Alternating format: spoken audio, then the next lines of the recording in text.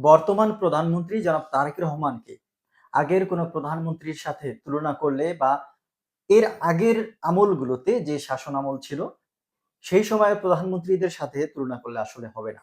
এর কারণ হচ্ছে এই গণঅভ্যুত্থানের পরে প্রধানমন্ত্রী জনাব তারেক রহমান যে সরকার গঠন করেছেন, এর মাঝখানে একটি যে বিপ্লব ঘটে গেছে, একটি বড় ধরনের পরিবর্তন হয়েছে। সেই পরিবর্তন কিন্তু জনাব তারেক রহমান তার নিজের মধ্যেও এসেছে। কি এসেছে?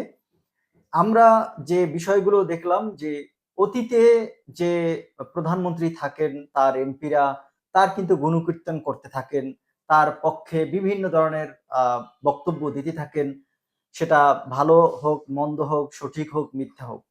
কিন্তু সেই ধারাবাহিকতার কিছুটা কিন্তু পরিবর্তন আমরা ইতিমধ্যেই দেখেছি। যে তিনি ১২ আ ফেব্রুয়ারি নির্বাচিত হয়েছেন। তারপর থেকে এখন পর্যন্ত তার নেতাকর্মী কিংবা আ তার যে এমপিরা আছেন তাদের ভিতর থেকেও সেরকম তেমন একটা আভাস পাওয়া যায়নি। তবে গত সোমবার জয়নুল আবেদীন ফারুক তিনি কিন্তু বলেছিলেন যে জনাব তারেক রহমান ২০৪২ সাল পর্যন্ত প্রধানমন্ত্রী থাকবেন। এটি কিন্তু তিনি বলেছিলেন। আর এটি কিন্তু আ টক অফ দ্যা টাউন এ পরিণত হয়েছিল। এটি কিন্তু মানুষের আ ভিতরে একটা প্রতিক্রিয়া সৃষ্টি করেছিল।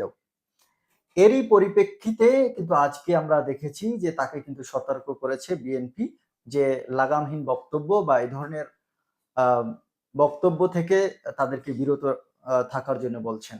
আপনাদেরকে আরেকটা খবর যদি দেখাই সেটা হচ্ছে শুধু জয়নুল আবেদীন ফারুক নয়, এরকম তার অর্থাৎ প্রধানমন্ত্রীর সকল যে এমপি রয়েছেন তাদেরকেও কিন্তু সতর্ক করেছেন কথা বলার ক্ষেত্রে তারা যেন সতর্ক থাকেন। তো এই যে পরিবর্তন, এই পরিবর্তনটা কিন্তু তার মধ্য থেকে এর আগেই চলে এসেছে। কিন্তু হয়তো অনেকেই সেটি বুঝতে পারেনি বা অনেকেই সেটি অনুধাবন করতে পারেনি। যেমন এই যে ট্রাফিক সিগন্যালে দাঁড়িয়ে থাকা, সকাল ৯ টায় অফিস করা, সা একদম সাধারণ এমপ্লয়িদের মতো যেভাবে অফিস করেন সকাল থেকে বিকাল পর্যন্ত যে টাইমটা সেটা মেইনটেইন করা, ছুটির দিনেও অফিস করা। এই যে বিষয়গুলোর মাধ্যমে তিনি কিন্তু একটা পরিবর্তন আনার চেষ্টা করছেন। তার নেতাকর্মীরাও এটি হয়তো ফলো করবেন বা অনুসরণ করবেন।